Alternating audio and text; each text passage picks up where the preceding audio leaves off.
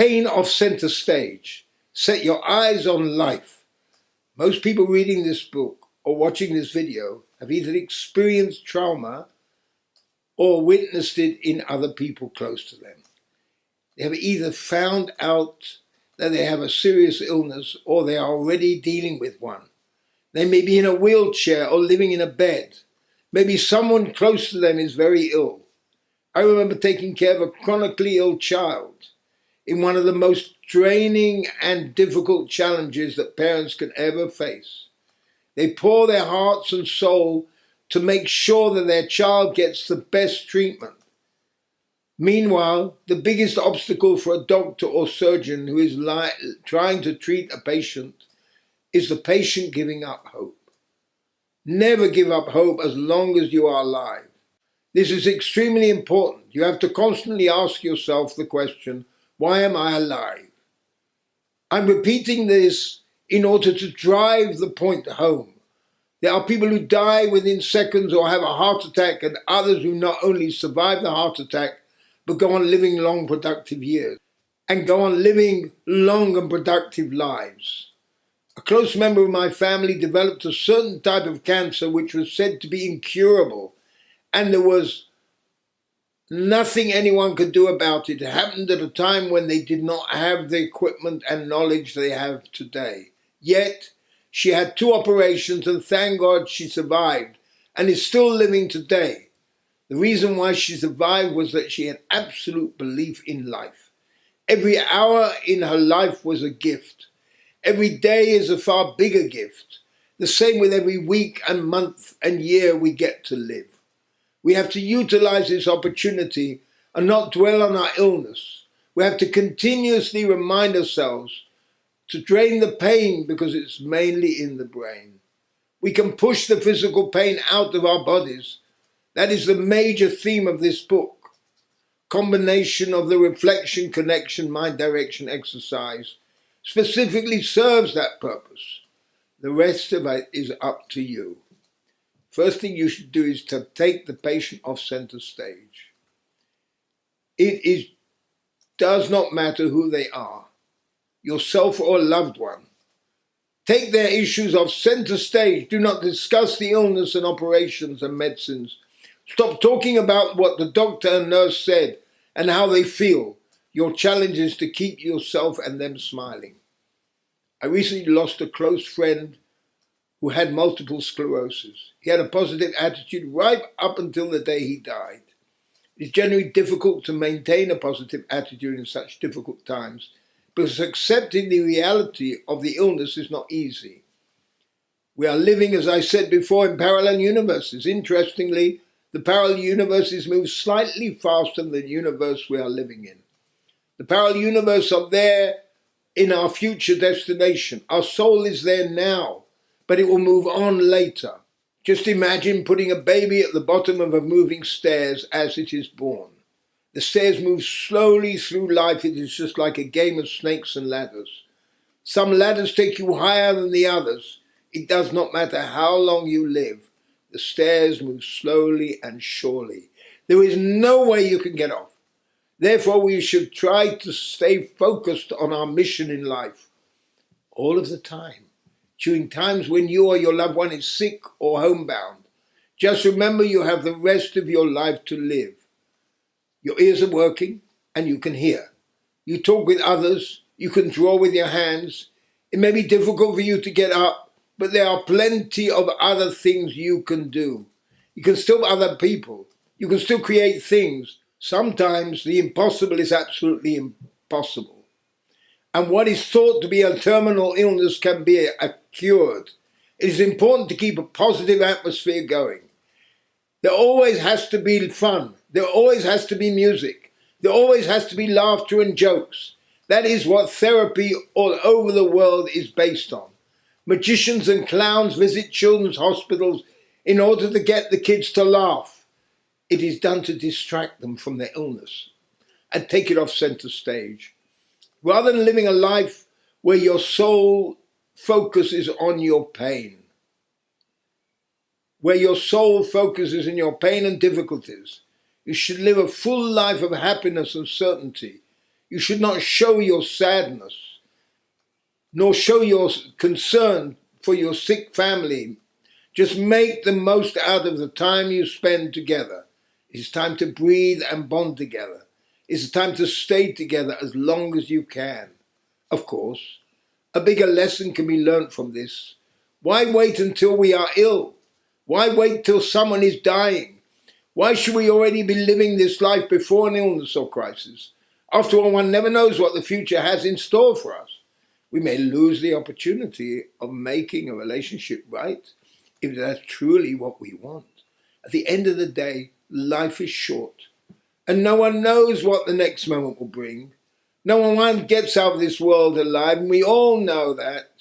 The awareness is there, and as long as we have this awareness, we can handle anything. With that said, families should try to carry on as if their little ones are not ill. Obviously, this applies to any other member of the family. You should look after them and give them all the assistance they need. However, your main job is to try to give them life. It is like living each day as if you would be leaving soon.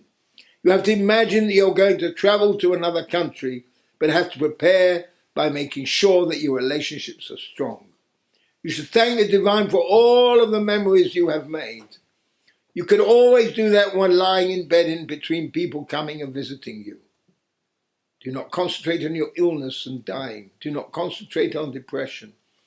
Just rewind the video of your life and edit out all the negative scenes. Relive the memories that made you laugh, smile, and feel good. Also, do not forget to drain the pain, because it's mainly in the brain. Keep saying that to yourself. It is extremely powerful.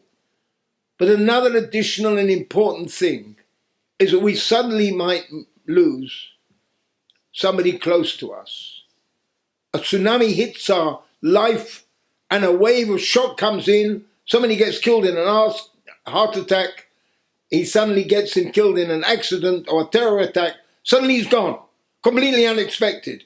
No time for separation and closure. And now how do you deal with it? You've got to have separation. You have to have closure. But there's something even more important.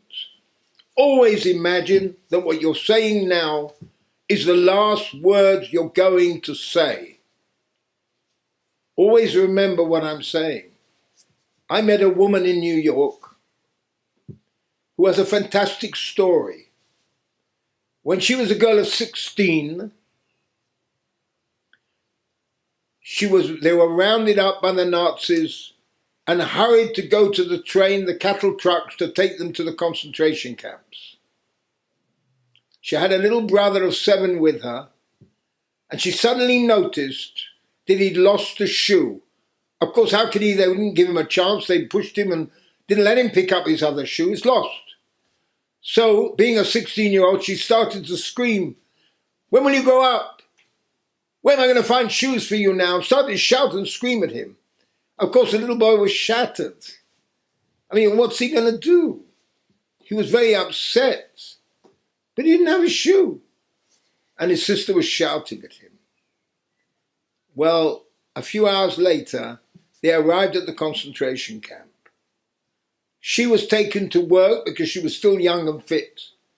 Her younger brother was taken straight to the gas chambers. Gone. And for the rest of her life, she regretted that that was the last thing she said to him. And then she started and promised herself while she was in the camp that she will encourage as many people as possible to be careful, because what you say or you do might be the last thing that you can say or you do. Either they remember you like that, or you remember them like that. It can happen both ways. And now she's running an organization which encourages people to realize that. What's the point of getting angry? What's the point of being right?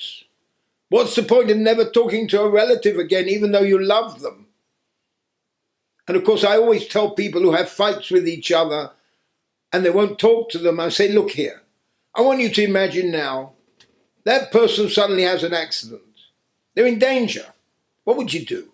Even though you don't speak to them and you're angry with them, you'd still run to them, to their side, and you still want to try and be with them, but it might be too late to make up. So why do we have to have these fights? Why do we have to get angry with anybody? If we love them, stay close to them. Restrict. Go into restriction. Hold back. Think through calmly before you come to a decision.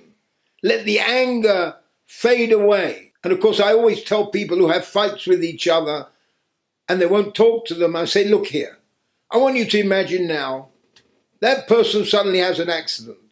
They're in danger. What would you do? Even though you don't speak to them and you're angry with them, you'd still run to them, to their side, and you still want to try and be with them, but it might be too late to make up. So why do we have to have these fights? Why do we have to get angry with anybody? If we love them, stay close to them. Restrict. Go into restriction. Hold back. Think through calmly before you come to a decision. Let the anger fade away. Might take a couple of hours or a couple of days, but don't say anything. And then put all of this into perspective. I promise you, it will change your life.